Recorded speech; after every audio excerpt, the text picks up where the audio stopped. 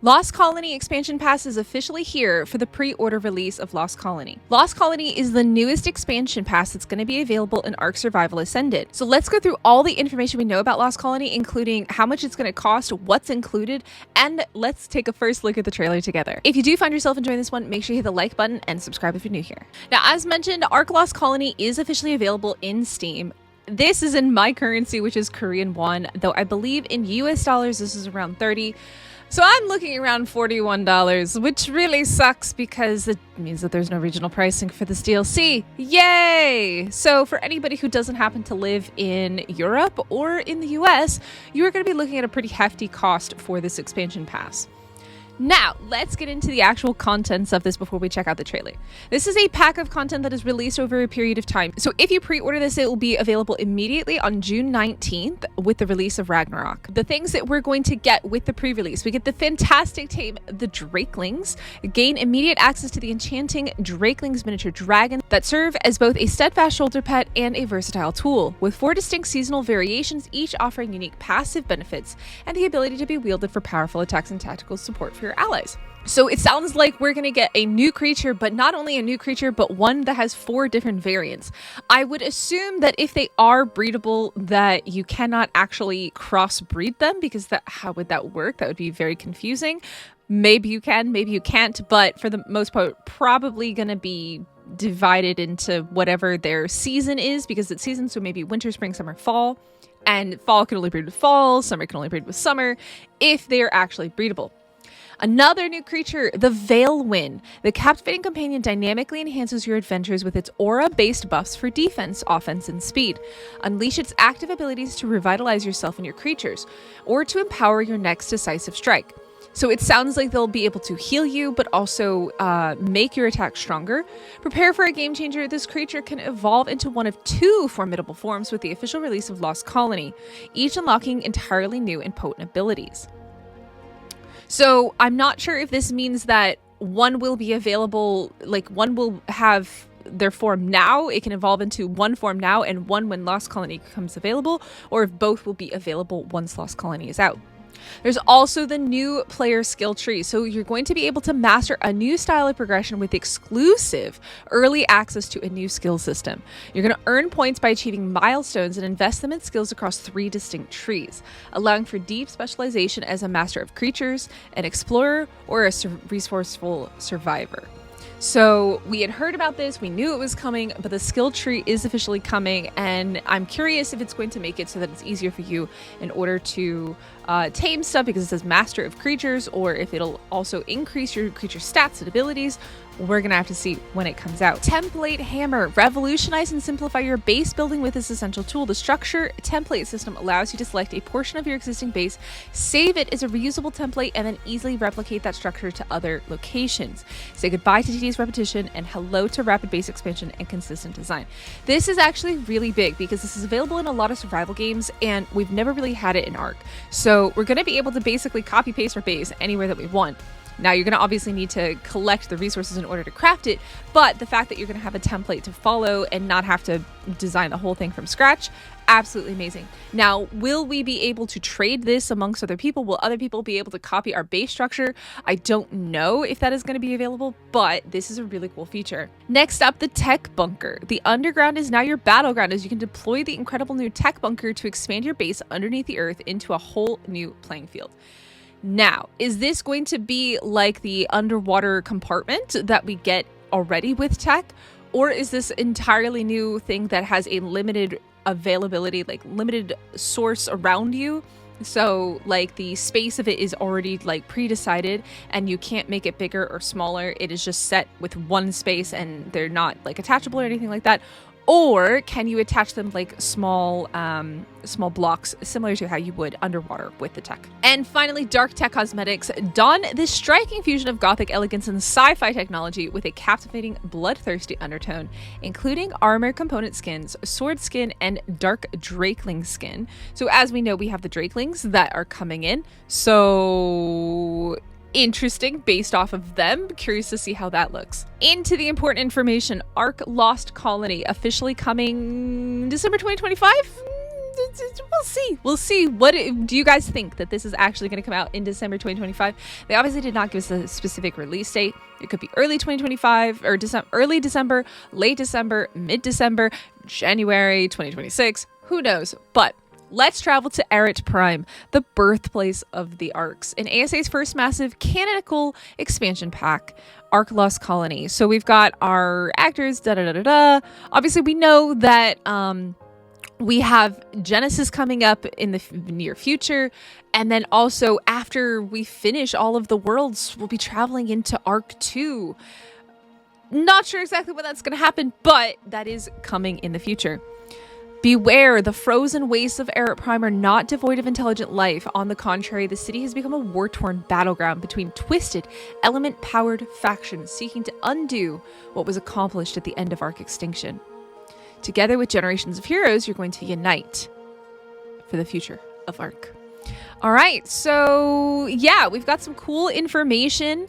This is basically just copying and pasting everything that we read up above.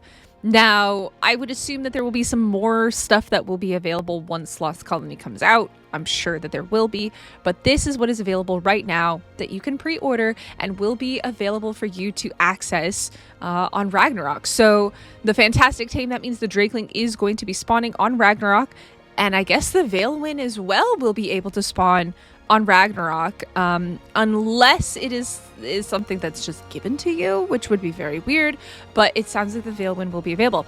Now, we need to watch the trailer and see what is coming. I have seen your memories within the Codex. You are a broken soul. You left behind those dearest to you. One murdered, and watched another vanish into nothingness.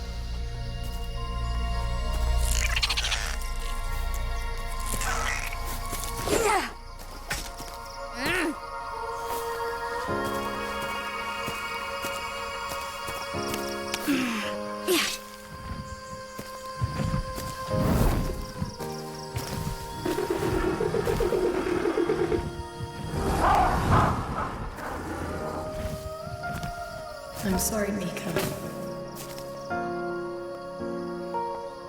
I hear your voice first thing in the morning, and you sing me to sleep at night. Are you my mom? I'm sorry, Mika. I'm not. But I did know your mom. A long, long time ago. Diana Altares was so brave and fierce. You'll come back for me, right, babe? Never let go. You've got me. We will both see you again soon, Diana. But Mayin's story continued. To the far side of the earth, into frozen wastes shrouded in endless night. In a place called Ark Prime. Ark Prime? Where the Arks came from? That's right. Mayin traveled there looking for a way back to me. And your mother, Diana. But what she found instead... What? What was it?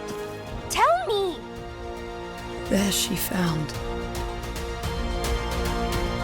the stuff of nightmares.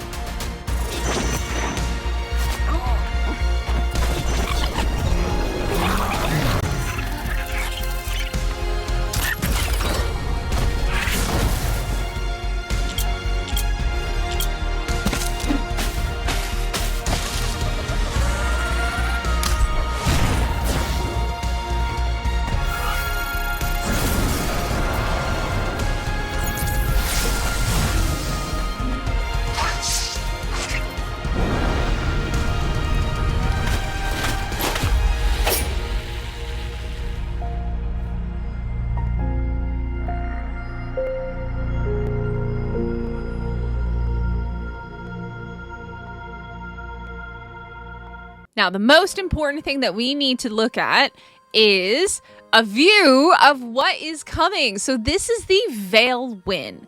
Now, this is I would say like a fox-like creature. I don't know how I feel about this. It looks like a combination between almost like a Genesis type creature. And I say Genesis because the first thing that comes to my mind is the Shadow Mane.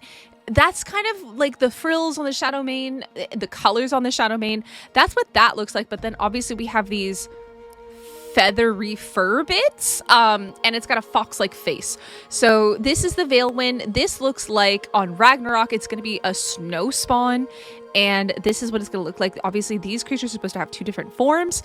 What are we going to see? Not really sure. I mean, we know it's going to look like this, but I assume there will be a different form once Lost Colony comes out. So this is the Veil Wind. Now, when I first saw this, I thought maybe it was a rideable creature, but no, look how small it is. They're actually really tiny. They have the ability to kind of like teleport and open up portals, which is really interesting.